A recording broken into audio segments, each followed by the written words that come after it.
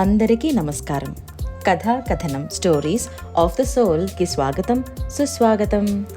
Yeah కూష్మాండేతి విఖ్యాత అష్టభుజాధరా పరా సిద్ధిదా సిద్ధిదాత్రే చ సర్వదా శుభదా భవేత్. ప్రథమం శైలపుత్రి, ద్వితీయం బ్రహ్మచారిణి, తృతీయం చంద్రఘంట, ఇంకా 4వ రూపం కూష్మాండాదేవి. తన చిరునవ్వు ద్వారా ఈ బ్రహ్మాండం అంతటినీ సృష్టించింది కాబట్టి ఈమె కూష్మాండాదేవి అని పిలువబడింది. చాలా కాలం కిందట సృష్టి అంటే నక్షత్రాలు, సూర్యుడు రాకముందు, అసలు భూమి కూడా పుట్టకముందు అంతా చీకటిగా ఉండేది. అప్పుడు ఒక మధురమైన నవ్వు వెలిగింది. ఆ చిరునవ్వుతో ఈ జగత్తు సృష్టింపబడింది.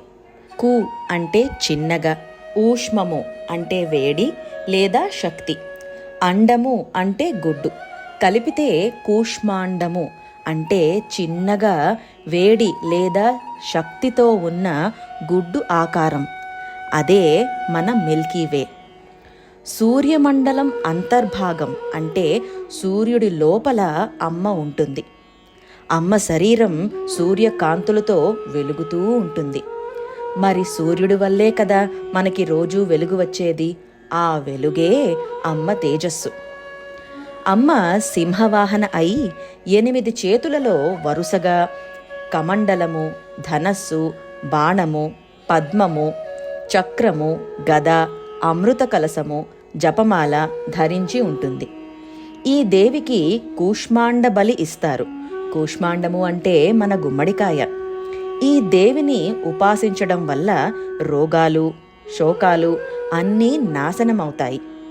ఆయురారోగ్య ఐశ్వర్యాలు కలుగుతాయి. ఇక మహిషాసుర వధ ఘట్టానికి వస్తే, ఒక పక్క దేవతలంతా అమ్మ చిరునవ్వు తమపై ప్రకాశించమని వేడుకోగా, మరొక పక్క మహిషాసురుడు తనకన్నా బలవంతులు లేరన్న గర్వం. అందుకు ఒక ఆడదాని మీద సులువుగా గెలవచ్చు అనే ఉద్దేశంతో మరింత రాక్షస సైన్యాన్ని అమ్మ మీదకు పంపాడు. అమ్మ నవ్వు 1000 సూర్యుల ప్రకాశంతో నిండినది.